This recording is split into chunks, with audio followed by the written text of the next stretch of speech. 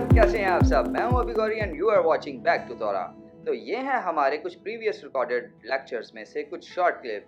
तो आइए आज की वीडियो देखते हैं। नेक्स्ट सेक्शन की तरफ चलते हैं, the parsha, the most awaited one obviously. Anyone has an idea? वैसे तो मैंने स्टार्ट में बताया है। आज का पार्शा क्या है? एनीवन कोई हिंट दे दे भाई, आज के पार्शा का। आज का पाशा ज़ाव। ओह, ओके। पाशा ज़ाव। ओके, पार्शा जाव।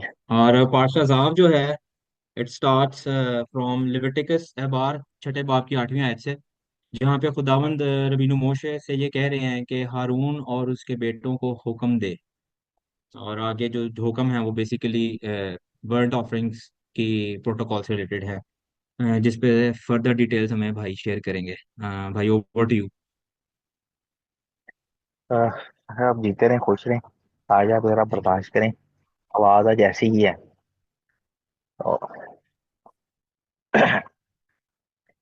सो पाशा ज़ाव जो है ना, ये पिछली दफ़ा मैंने एक चीज़ बताई थी, तो बेगम साहबा ने मुझे ना स्पेशली उस चीज़ के लिए पॉइंट किया था। Sorry for the voice, not feeling good, not at all. लेकिन ना, आप लोगों को मेरी ऐसी आवाज़ की आदत भी नहीं है। सो सूरत हाल ये है कि बेगम साहबा ने मुझे पिछली दफ़ा पॉइंट किया था कि आपने अ, जब आपने पाशा का रेफरेंस दिया है तो आपने ये कहा है कि पाँच जो है ना, 5:27 गालिबन, गालिबन 5:27। तो पांचवें बाब की तो 27 आयतें ही नहीं है, पांचवें बाब की 19 आयतें हैं। तो मैंने कहा यार, इट्स ऑब्वियस, ये मुख्तलिफ तर्जुमों में वो रीडिंग्स होती हैं। कुछ उसको वहां तक रखते हैं, कुछ जो है वो 6-8 तक ले जाते हैं। जैसे इस दफा जो है वो हमारी 6-8 से रीडिंग थी, तो वो कहती है नहीं, you need to tell people कि भाई वेरी एग्जैक्टली। तो भाई लोगों, इस दफा जो है ना, पाशा ज़ाब, ये वेरी एग्जैक्टली कुछ तराजम में वर्सेस की डिवीजन के साथ छठे बाब की पहली आयत से स्टार्ट होता है। कुछ तराजम में नॉर्मली जो इंडिया पाकिस्तान के हमारे तर्जुमे हैं उनमें ये 6-8 से स्टार्ट होता है, and it goes up to 8वें बाब उसकी 36वीं आयत तक। सो 25th रीडिंग है हमारी तौरा के साथ। और जो अहबार की किताब है, लेविटिकस है जो है, उसमें हमारी ये दूसरी रीडिंग है। और जाव का बुनियादी मतलब है कमांड करना, हुक्म देना। सो नाम जो है, आपने तौरा के पढ़ने में इसको सुन भी लिया होगा। ये 6-9 में ये आता है। और इस ये पार्शा जो है, ये जो तुम्हारा तौरा पोर्शन है, इसको आप ऐसे समझ लें कि जो कुर्बानियों के बाबत बुजुर्ग मूसा ने बनी इसराइल को इंस्ट्रक्शंस दी थी, खुदावंद का जो जो कलाम उन्होंने उन तक पहुंचाया और जो इंस्ट्रक्शंस उन्होंने दी थी, ये उसकी आप कह लें कि दोहराई है। 5 किस्म की कुर्बानियां थी जो कि पहले डिस्कस हुई। और इसके अंदर जो है ना, उनसे जो मुतल्लिका जो काहिनों के कुछ रेगुलेशंस जो हैं, कुछ उनके रेफरेंस में जो कवानीन है, उनको डिस्कस किया गया है। और आखिरी जो इस पोर्शन का जो चैप्टर है, उसके अंदर जो है, जो उनकी तकदीस थी 7 दिनों के लिए, जो उनकी ऑर्डिनेशन थी, उसको आप ऑर्डिनेशन कह लें, बुजुर्ग हारून और उनके बेटों की, अ, उसके बारे जो है ना बात की गई है। सो एक चीज मैं, इससे पहले कि हम आज इसमें से अपना सबक क्या लेने वाले हैं, तो एक चीज मैं जरूर इसमें डिस्कस करके जाऊंगा। वो है कि the law of the burnt offering. So अगर आप अहबार की छठे बाब की 9वीं आयत पढ़ें तो आपको ये यहाँ मिल जाएगा कि तू हारून के बेटों को कहना। सो ये तौरा है या ये कानून है जो है ना, बर्न्ट ऑफरिंग के लिए, सोखनी कुर्बानी के लिए। जबूर के अंदर बुजुर्ग दाऊद जो हैं, वो ये कहते हैं कि जो कुर्बानी खुदा चाहता है ना, वो ताइब दिल है। और तालमुदिक एरा के एक सेज गुजरे हैं, रबी यूसुफ बिन पेत्रोस।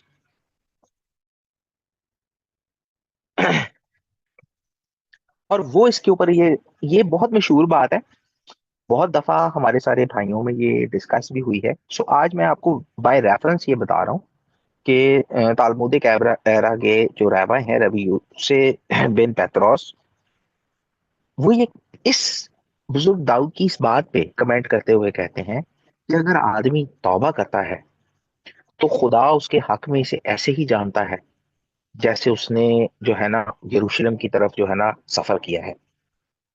उसने मकदिस और मस्बह की तामीर की है, और उसने वो सारी कुर्बानियां जो तौरा में लिखी हैं वो गुजरान दी है। ये उनकी बात है।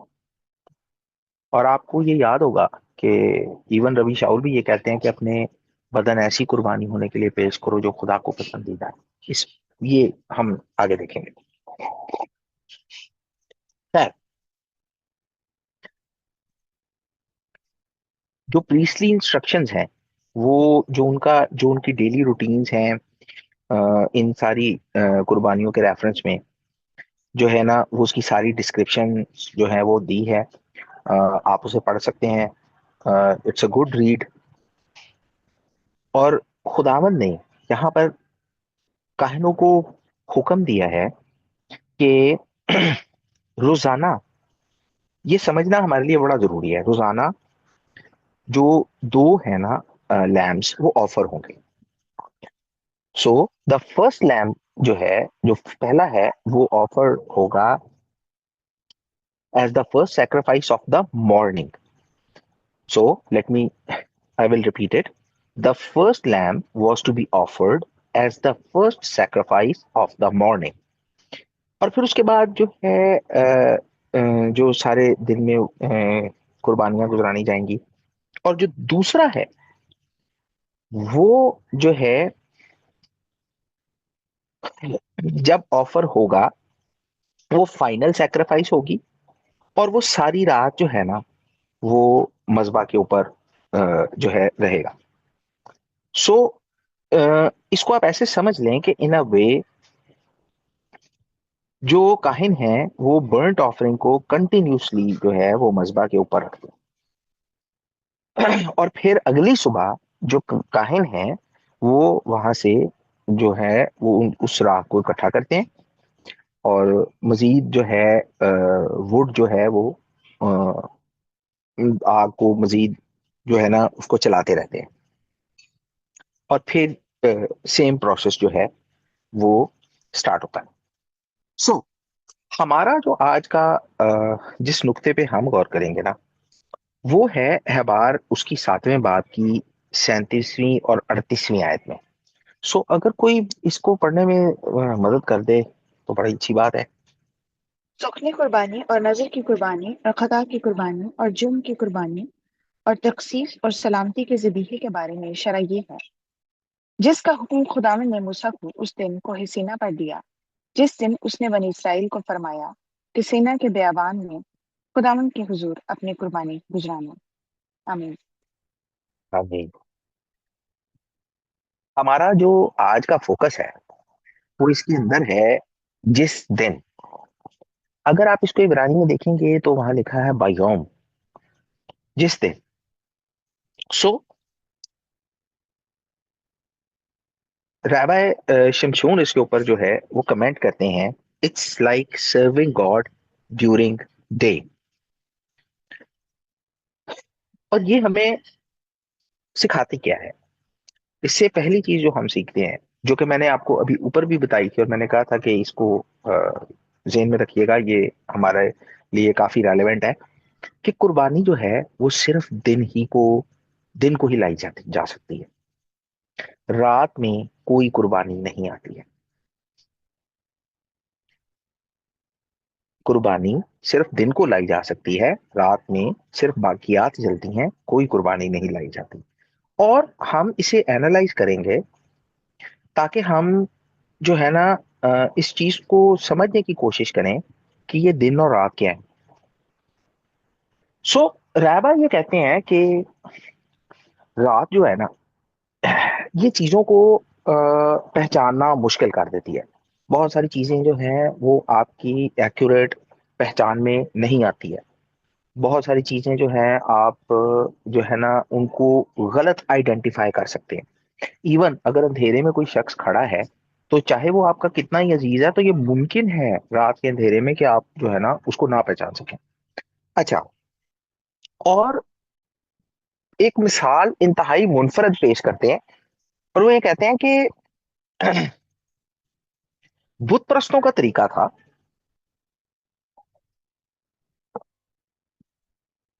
कि दिन में जब इंसान फ्रेश होता है, तरोताजा होता है, किसी भी काम के लिए एक्टिवली प्रिपेयर्ड होता है, जहन जिस्म हर चीज हर तौर से तैयार होता है, सो बुत प्रस्त करते ये हैं कि वो काम पे जाते हैं, खेतों को जाते हैं, क्योंकि दिन के आगाज में इंसान के पास उस काम को करने की ताकत होती है। सो वो जितनी भी अपनी एनर्जीज हैं, वो सारी एनर्जीज जो हैं वो दुनिया के और बाकी इन सारे कामों के अंदर जो है ना वो उसको यूटिलाइज करने की कोशिश करते हैं। लेकिन मसला तब आता है कि जब रात आती है। इन एंशंट कल्चर्स, और स्पेसिफिकली जो ये बुत परस्ताना कल्चर, बहुत सारी बातें आपने अपने इर्द गिर्द इस तरह की सुनी भी होंगी, और बहुत सारे लोग जो हैं वो इस तरह की तवाहम परस्ती में आज भी पड़े हुए हैं। खुदावन ने स्पेसिफिकली बनी इसराइल को यह कहा था कि तुम इन चीजों से मत घबराना, तुम इन चीजों से मत डरना। ठीक है, शीशा टूट जाना, काली बिल्ली जो है वो रास्ता काट जाना, लोगों के लिए ये बड़े प्रॉब्लमेटिक सिनेरियोज होते हैं। और जी कोई गोश्त फेंक गया हमारे घर में, ठीक है ना, कोई मुर्दा जानवर पाया गया हमारे घर में, आज दूध गिर गया हमारे घर में। सो बहुत सारे मामलों में ये बुत प्रस्तों के वतीरे थे, जहां वो अपने आप को पावरलेस महसूस करना शुरू करते थे। उसी मौके पे उनको एक तहफ्फुज की, एक सिक्योरिटी की जरूरत होती थी। और वो जो है ना उस एक रात के सेगमेंट में जो है ना वो अपने अपने देवताओं की तरफ रुजू करते थे। सो कहने का मकसद ये था कि जो दिन का वक्त था वो टाइम ऑफ स्ट्रगल है, और रात जो है ये टाइम ऑफ सबमिशन है।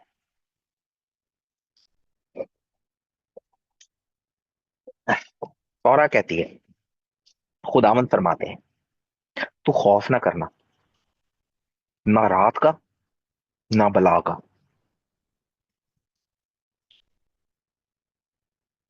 और अब आप इसको एनालाइज करने की कोशिश करें कि हमें खुदा उस वक्त मिलता है कि जब हम मजबूत होते हैं। आप में से किसी ने वो आयत सुनी है कि हर दीनदार उसको उस वक्त तलाश करे जिस वक्त वो मिल सकता है? क्या खुदा के मिलने का भी कोई वक्त है? क्योंकि नॉर्मली तो आप अपने इर्द गिर्द किसी से पूछेंगे, बहुत सारे दीनदार लोगों से, बहुत सारे जो अ, लोगों के हादी हैं उनसे पूछेंगे, तो वो आपको यही कहेंगे, खुदा के पास जब मर्जी जो है वो चले जाएं आप, ठीक है ना। खुदा बहुत रहीम है, खुदा बहुत करीम है, जब मर्जी आप जो है ना मुंह उठाएं और खुदा के सामने चले जाएं। लेकिन बाइबल मुकद्दस हमें ये बताती है कि हर दीनदार उसे उस वक्त तलाश करे जब वो मिल सकता है। और यहाँ अगर आप इस चीज को गौर करें, तो यहाँ कुछ इसी किस्म के और इसी रेफरेंस में बात हो रही है। जैसे मैंने शुरू में कहा कि कुर्बानी जो है वो दिन को लाई जाएगी, पहली कुर्बानी ही दिन को होगी। सो हमें खुदा उस वक्त मिलता है जब हम मजबूत होते हैं, जब हम दिन के लिए तैयार होते हैं, हमारी एनर्जीज जो हैं वो फुल होती हैं, यानी दिन के वक्त। और दिन ही वो वक्त है, कैसे अफसोस की बात है कि दिन ही वो वक्त है कि अक्सर लोग खुदा को भूल जाते हैं। दिन ही में हम खुदा को भूलते हैं। जब हमारी एनर्जीज फुल होती हैं, वो एनर्जीज हम बहुत सारी जो है दूसरी चीजों में इन्वेस्ट करते हैं खुदा के अलावा। खुदा में इन्वेस्ट नहीं करते। हमें खुदा के साथ उस वक्त चलना है जब ताकत सबसे ज्यादा है। आप खुदा के पास उस वक्त नहीं भागते जब रात ढलना शुरू हो जाती है, जब अंधेरा ढलना शुरू होता है, जब मुसीबत पड़ना शुरू होती है। आप खुदा के पास उस वक्त जाते हैं जब आप अपनी ताकत के अरूज पे होते हैं। सो तौरा जो है वो रिक्वायर करती है कि आप खुदा के साथ अपनी ताकत के जो है ना पीक पे चलें। एक फारसी का मेरा बड़ा पसंदीदा एक शेर है, वो आज मुझे याद, मैं जब इसको पढ़ रहा था तो मुझे वो खुद ब खुद याद आ गया। वो दर जवानी पाक मुदन शेवाए पैगम्बरिस्त, वरना हर गिबरी बपीरी मीशवत परहेजगार। जवानी में तौबा करना जो है वो पैगंबरों का शेवा है। अब इंसान की जवानी जो है ये इंसान की ताकत का अरूज होता है। हम कोशिश करते हैं कि ये बच्चे जो हैं ये तौरा की बहुत सारी बातों को सीख सकें, तौरा के फलसफे सीख सकें, और खुदावंद ताला के साथ जो है ये अपने पूरे दिल और अपनी पूरी जान के साथ, अपनी पूरी ताकत के साथ चल सकें। ठीक है। सो ये नबियों का तरीक है। वरना 60-70 साल में जाके तो हर बंदा, तो बूढ़ा आदमी है वो भी परहेजगार हो जाता है, क्योंकि ताकत खत्म हो जाती है।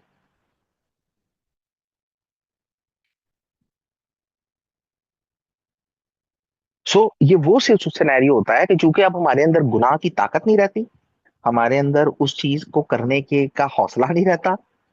ठीक है, तो हम जो है वो ऑटोमेटिकली जो है ना वो जो है वो नेकी के रास्ते की तरफ जो है वो चलना शुरू हो जाते हैं। लेकिन जब हमें उस पर चलना चाहिए, at that point and time अपनी जिंदगी में हमने उसे जो है ना निग्लेक्ट किया होता है।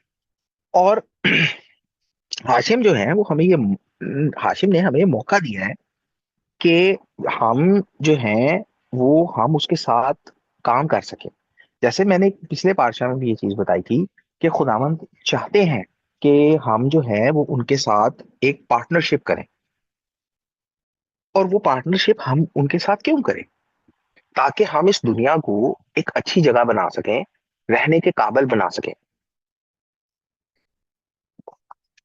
आगे मैं एक बात करूंगा, मे बी आप में से शायद कुछ लोगों के लिए प्रॉब्लमेटिक हो। अगर वो प्रॉब्लमेटिक हो तो कोई मसला नहीं, डिफरेंस ऑफ ओपिनियन के साथ हम जो है वो जीना सीखते हैं।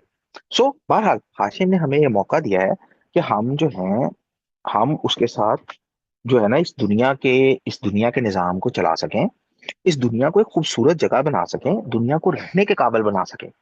इसीलिए हाशिम ने हमें अपनी शबीह पे बनाया, ताकि हम इस पार्टनरशिप को जो है वो कैरी आउट कर सकें। और राबाए इसके ऊपर इसी तरह बात करते हुए ये बात करते हैं कि जो पीक ऑफ ह्यूमन एबिलिटी होती है, आपकी एबिलिटी का जो जो पीक पॉइंट है, वो ही आपकी स्पिरिचुअलिटी का पीक पॉइंट होता है। आप बच्चों को देखिए, बच्चे बहुत जल्दी लैंग्वेजेस सीख सकते हैं। ऑन द कॉन्ट्ररी हमें बहुत बहुत देर लग जाती है। हम सीखना भी चाहें तो बहुत दफा हमसे वो चीज सीखी नहीं जाती। इसके बरक्स बच्चों को आप बहुत जल्दी चीज सिखाना शुरू करते हैं और आपकी तवक्को से भी जल्दी वो चीजों को सीखना शुरू करते हैं, क्योंकि उनके अंदर जो है ना वो एनर्जीज मैक्सिमम लेवल पे जा रही होती हैं। इसीलिए उनकी जो स्पिरिचुअलिटी होती है वो भी हमारे से आगे होती है। सो खुदावंद ताला जो है ये सारी बातों करने के बाद, खुदावंद एक बड़ी खूबसूरत वर्स है कि मैंने इन लोगों को बनाया, इसलिए बनाया कि मेरी हम्द कर सकें। सो हम जब इस दुनिया में खुदावंद के काम को आगे लेके जाते हैं अपनी पूरी ताकत और अपनी पूरी हिम्मत के साथ, हम एक्चुअली खुदा के साथ हिस्सेदार हो रहे होते हैं। हम उसकी बनाई इस खूबसूरत दुनिया को जो है ना उसकी मर्जी उसकी मंशा के मुताबिक आगे लेके जा रहे होते हैं। This is what it is. अच्छा, इसके ऊपर तौरा में हमें बड़ी खूबसूरत मिसालें मिलती हैं। ये बात तो है। इसके बरक्स हम देखते हैं, अगर आपको याद है बाबुल का बुर्ज, tower of Babel. Tower of Babel के अंदर प्रॉब्लम क्या थी?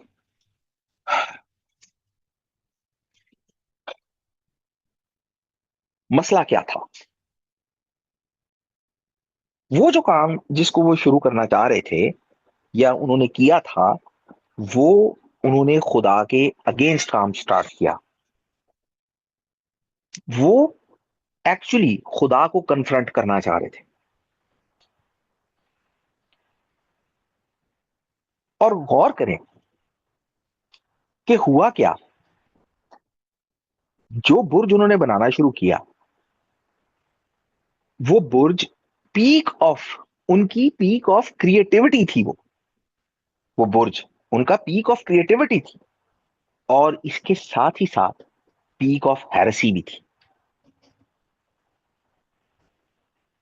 खुदा के अगेंस्ट बिद्दत थी वो। जैसा कि मैंने पहले आपको बताया कि जो पीक ऑफ ह्यूमन एबिलिटी होती है, वही उसकी पीक ऑफ स्पिरिचुअलिटी होती है। तो अगर आप अपने मकासद को, अपने गोल्स को खुदा के साथ अलाइन नहीं करेंगे, तो फिर वो पीक ऑफ हेरेसी होगी। वो किसी भी पॉजिटिव साइड में जो है ना, स्पिरिचुअलिटी नहीं होगी। It will become heresy. और खुदावन ताला इसको इसी तरह लेंगे। इसीलिए खुदावन ताला ने अपने लोगों को ये हुक्म दिया था कि दिन में ले, जो है ना, आओ, दिन में इसको लेके आओ। सो जो डे टाइम क्रिएटिविटी है, वो खुदा की तरफ से आती है, खुदा के अगेंस्ट काम करने के लिए नहीं आती है। और इसी वजह से, इस बात पे गौर कीजिएगा, इसी वजह से जो मकदिस है, उसके अंदर दिन का आगाज, मतलब जो उसकी टाइमिंग है, उसमें दिन सुबह से शुरू होता था। हालांकि वी नो कि हमारा जो डेली का जो साइकिल है बिब्लिकल कैलेंडर के रेफरेंस में, वो शाम से उसका आगाज होता है, लेकिन मकदिस का दिन सुबह से शुरू होता था। और इसकी क्या रीजन थी? इसकी रीजन थी कि वो एक उम्मीद थी, वो एक होप थी कि यही क्रिएटिविटी, यही क्लैरिटी, यही पीक ऑफ स्ट्रेंथ जो है ना, ये पूरे दिन होते होते जो है ना, ये अगले दिन तक जाए। That's what it is. मकदिस का दिन सुबह से शुरू होता था। इसीलिए मकदिस के अंदर जो पहली कुर्बानी आती थी, वो सुबह के वक्त आती थी, रात के वक्त नहीं।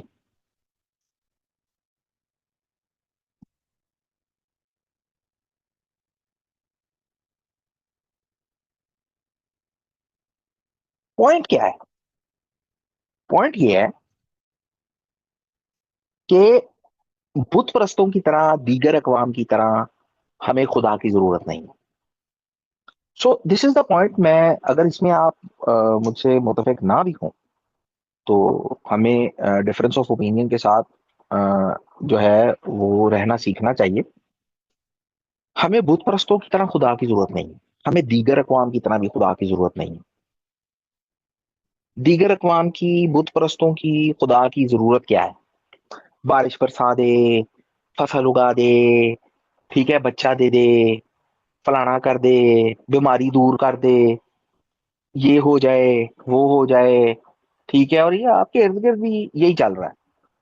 Do this, do that, do this, do that. हम खुदा के साथ भी यही चला रहे होते हैं, do this, do that, do this, do that. और इस पर्सपेक्टिव के अंदर तौरा जो हमें पर्सपेक्टिव देती है खुदा के साथ चलने का, वो ये नहीं है। हमें खुदा की इस फॉर्मेट में जरूरत नहीं है।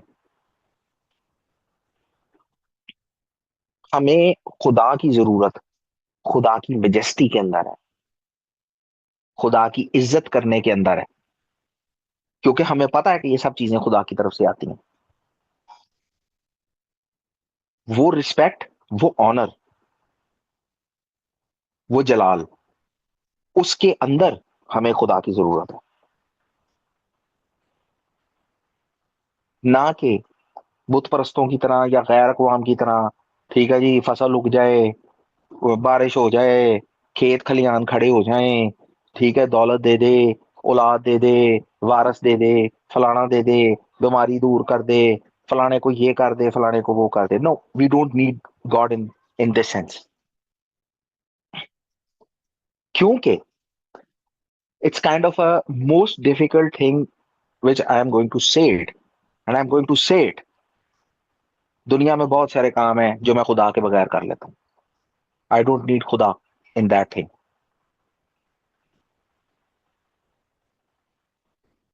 मैं I will repeat it again कि दुनिया में बहुत सारे काम ऐसे हैं जो मैं खुदा के बगैर कर लेता हूँ, मुझे उसमें खुदा की जरूरत नहीं। तो फिर मुझे खुदा की जरूरत क्यों है?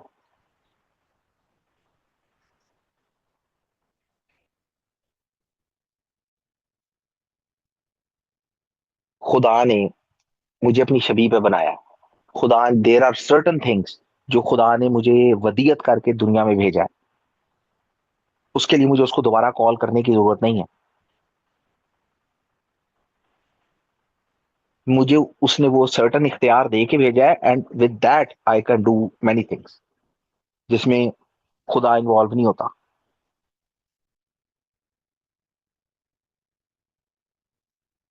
हमें खुदा की जरूरत खुदा के जलाल, खुदा की बुजुर्गी के लिए है। हमारे घर में बच्चे होते हैं, ठीक है, बच्चे होते हैं, उठते हैं, किचन में जाते हैं, पानी पीते हैं। माँ बाप की जरूरत तो नहीं होती उनको ना? इसको समझने की कोशिश करें, माँ बाप की जरूरत तो नहीं होती उनको। फिर माँ बाप की जरूरत क्यों होती है? जिस दिन हम खुदा को अपने दिल के अंदर, within our spirit and within our soul जान लेंगे, उस दिन हमारी खुदा की जरूरत ही फर्क हो जाएगी। हम खुदा से बहुत, बेशक इसमें कोई शक नहीं है, हम भी जो है औलाद होते हुए अपने माँ बाप से बहुत सारी चीजें डिमांड कर लेते हैं। इट्स मतलब नथिंग बैड अबाउट इट। हमारे बच्चे जो है वो बहुत सारी चीजें हमसे डिमांड कर लेते हैं। लेकिन अगर आपके माँ बाप और औलाद का ताल्लुक सिर्फ यही है कि चीज दे दे, चीज दे दे, फलानी दे दे, फलाना दे दे, फलाना दे दे, ये दे दे, वो दे दे, do this do that, do this do that, तो फिर आपको अपने ताल्लुक को ना एक दफा रिव्यू करना चाहिए। खुदा ने बियाबान में अहद बांधा था। मुझे बताएं, बियाबान में सफर करते हुए बनी इसराइल खुदा के लिए क्या ला सकते थे? बेशक वो मिस्र से बहुत सारी चीजें लेके निकले थे, पर ये हम जानते हैं कि खुदा ताला जो है वो अपने कलाम में ये फरमाते हैं कि तुम मुझे क्या दोगे? सब चीजें मेरी हैं, तुम मुझे क्या दोगे? सो बनी इसराइल जो है वो पीछे हम मस्कन की तामीर जो है उसके बारे काफी पढ़ते सुनते आ रहे हैं। सो खुदा ने बियाबान में अहद बांधा था बनी इसराइल से। बनी इसराइल के पास बियाबान में क्या था? क्या ला सकते थे वो? खुदा को क्या प्रेजेंट कर सकते थे सिवाय अपनी जात के, सिवाय अपनी फ्री विल के? यही एक वाहिद चीज थी, उनकी अपनी जात, उनकी फ्री विल, जो वो खुदा को दे सकते थे। अब आपको वो समझ आई कि खुदावंद ने क्यों कहा था कि तुम सिर्फ उन्हीं से लेना जो अपने दिल की खुशी से देंगे।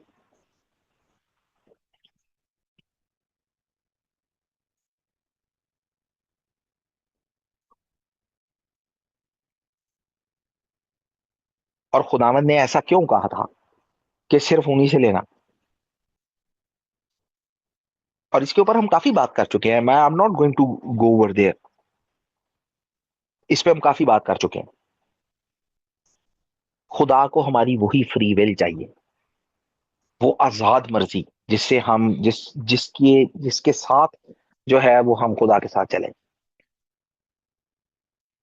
सो रैबा ये कहते हैं कि खुदावंद ने जब लोगों से कुर्बानियों का कहा तो एक्चुअली उनको ये कहा था कि सबसे पहले खुद को पेश करो। इससे पहले कि तुम कोई कुर्बानी पेश करो, पहले खुद को पेश करो। और आप में से किसी को वो याद है कि पौलुस रसूल क्या कहते हैं कि अपने बदन ऐसी कुर्बानी होने के लिए पेश करो जो खुदा को पसंदीदा है। इसका मतलब क्या था? इसका मतलब था कि रोजाना की बुनियाद पर उस्ताद जी, रोमियो 12 खुदावंद के बाब साथ, पहली दूसरी आयत है। जी जी जी जनाब, रोजाना की बुनियाद पे आपने खुदा के साथ चलना है, अपनी ताकत के अरूज पे, अपने दिन के आगाज पे, अपनी उम्र के दिन के आगाज पे, ठीक है, और अपने दिन एज अ कैलेंडर डे, अपने दिन की ताकत और अपने दिन के आगाज पे आपने खुदा के साथ चलना है। आपने रोजाना की बुनियाद पे के साथ चलना है। खुदा के साथ हमारा ताल्लुक नजरिया जरूरत के तहत नहीं, बल्कि इज्जत और शुक्रगुजारी का है। हमें खुदा नजरिया जरूरत के तहत नहीं चाहिए, जेबें भर दे, बैंक भर दे, घर बना दे, ये बना दे, वो बना दे, फलाना हो जाए, ये हो जाए, ये कर लूं, वो कर लूं। खुद करो ना, खुद इस चीज के लिए कोशिश करो। खुदा ने आपको ये ताकत दी है, खुदा ने आपको सबसे बड़ी चीज दी है और वो है अकल। खुदा के साथ जो हमारा ताल्लुक है वो इज्जत और शुक्रगुजारी का है, इस चीज का कि वो हमारा बाप है, उसने हमें बनाया, हम उसी के हैं, हम उसके लोग और उसकी चरागाह की भेड़ें हैं। This is the thing, this is the feeling one should have, कि जब आप खुदा के साथ जो है ना कोई ताल्लुक कायम करें। और I wish and I pray कि खुदावंद ताला जो है ना वो आपको इसी ताल्लुक को नजरिया जरूरत के तहत नहीं, बल्कि इज्जत और शुक्रगुजारी का ताल्लुक कायम करने का फजल अता फरमाए। बारी ताला आप सबके साथ हो और आप सबकी मदद फरमाए। सी यू इन नेक्स्ट पार्शा।